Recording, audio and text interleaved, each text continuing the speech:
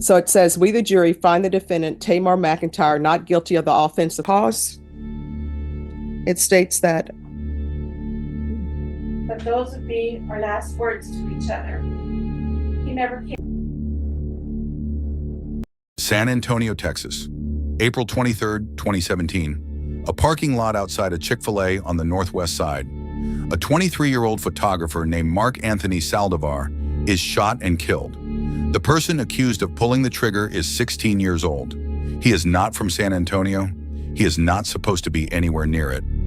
6 weeks earlier, he had cut a monitor off his ankle and disappeared while awaiting trial for another killing in another county. Within months, his voice would be playing out of car speakers across the country. This is the state of Texas versus Tamar McIntyre. The next question that came after that, since we can't agree on whether there was a robbery or not, what is the next step in the process if we can't agree on the main charge, capital murder? Both parties had a chance to review the questions. Yes, Judge. The court proposes the following supplemental charge with reference to your inquiry. You have all the law before you. Please continue your deliberations. Any objection? Your Honor, I think that while that language would we begin by saying the language of the question in its totality seems to convey that they are unable to agree as to that charge, and so we would preliminarily move for a mistrial. All right, that's going to be denied. And then secondarily, as to the response back to the world knew him as Tay-K. In March of 2017, he ran. And while he was running, he recorded a song about running. It was called The Race. It went platinum. The video was filmed in front of his own wanted poster. On June 30th, 2017, United States Marshals found him in Elizabeth, New Jersey. It was the same day the song was released. 2 years later, a Tarrant County jury convicted him in the home invasion death of Ethan Walker and sentenced him to 55 years. And Bexar County waited. For the killing of Mark Saldivar, the state charged him with capital murder. In Texas, that carries a life sentence without parole. All right, ladies and gentlemen, it's my understanding that you've reached a verdict in this case. Is that correct? And is that verdict unanimous? All right, if you will give the verdict form to Deputy. All right, if the defendant could please stand. We, the jury, find the defendant, Tamar McIntyre, not guilty of the offense of capital murder. What did I, excuse me, no. No, out of the courtroom. Out of the courtroom now.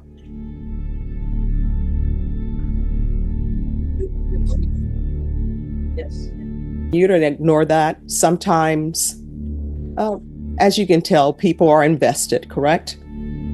So it says, we, the jury, find the defendant, Tamar McIntyre, not guilty of the offense of capital murder as charged in the indictment. We, the jury, find the defendant, Tamar McIntyre, guilty of the lesser included offense of murder. Does anyone wish to have? Yes, Your Honor. All right, ladies and gentlemen, and do you want them polled as to both counts? As to the count of conviction. All right, you may be seated. Ladies and gentlemen, I'm going to ask you if, in count 2, the guilty verdict for murder, if that is your verdict. If that is your verdict, I'm going to need you to respond yes. Does everyone understand? So we'll start on this end and work our way down. Is this your verdict? Is this your verdict? Is this your verdict? Yeah. Is this your verdict? The question in front of this jury was not really whether Tamar McIntyre was there. It was what he was doing. Capital murder requires more than a killing. It requires a killing committed in the course of another felony.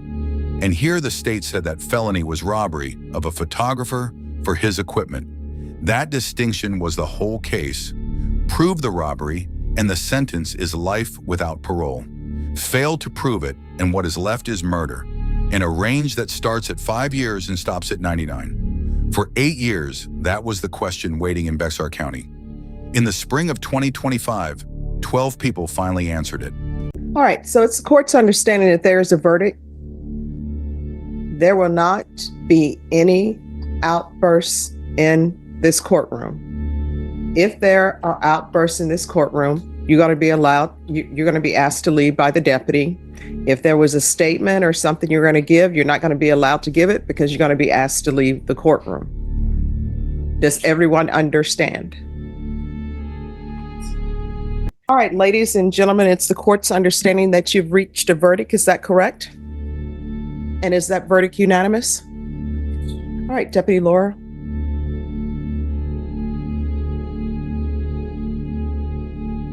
Thank you.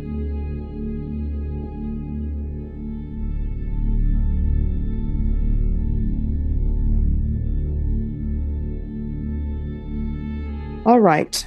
It states that we unanimously find that the defendant, Tamar McIntyre, did not cause the death of Anthony Saldivar under the immediate influence of sudden passion arising from adequate cause. It states that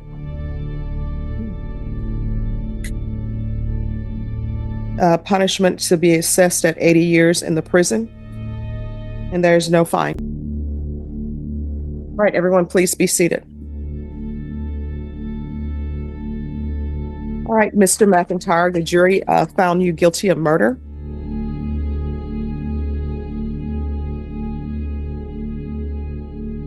Your punishment is to be assessed at 80 years in the prison. The court will give you credit for any time served. There's a $0 fine. And with regards to the other offense, State, are you requesting that to be stacked? Yes, we are, Your Honor. All right. Your Honor. And I'm assuming you're against that. Is that correct? We would just like to. Mr. McIntyre, I want you to know that I listened to all of the evidence in punishment and thought about whether or not your sentence should be stacked. I don't know where your mom is, don't know where your father is. I know that you had a rough childhood. And I do know that these offenses occurred when you were very young. And I understand the state of the law, what people consider an adult. I listened to the testimony of the expert that was brought by defense counsel.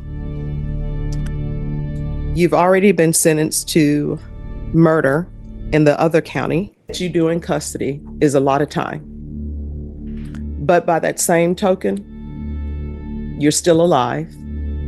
And what the state has said is true. You're still alive. You can still better yourself. If you end up in prison for the rest of your life, you're still alive. You still can improve yourself. Your family can still visit you. But the complainant in this case is deceased. And you need to internalize that the complainant in this case is deceased and that his family is never going to see him again. So you're going to have to make changes. And you're going to have to remove people from your life who are not a benefit in the means of making you a better person. And I do understand that sometimes people will go to prison. Yes, ma'am. So I'm going to sentence him to 80 years in the prison, give him credit for any time served. There is a $0 fine. This will run concurrent with 1511547D. And is there any, I don't know if there's any restitution.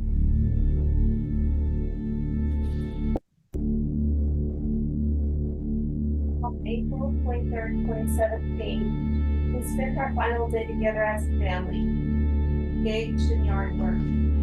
We had just moved to a new neighborhood and into our first house a month prior. Marky had been eagerly anticipating this day, looking forward to the day the grass would grow tall enough to mow it, because it was his. While we rested, he continued to work. He was diligent and a hard-working man. He helped others when he could, and was always willing to lend a hand to anyone in need. After we finished, I could see the pride in his eyes for what he had done that day. He looked happy and was excited for our new life and our new home. When he left that day, I didn't know he was giving me his last goodbyes. A hug and a kiss that will stay in my heart. I didn't know when I started to text him that I would be receiving one last response, but those would be our last words to each other. He never came back that day. My son was full of love, full of hope and ambitions. He had trust in the good nature of people. He was an entrepreneur. He had a love for the arts, music, inspiring them to pursue careers in the music industry.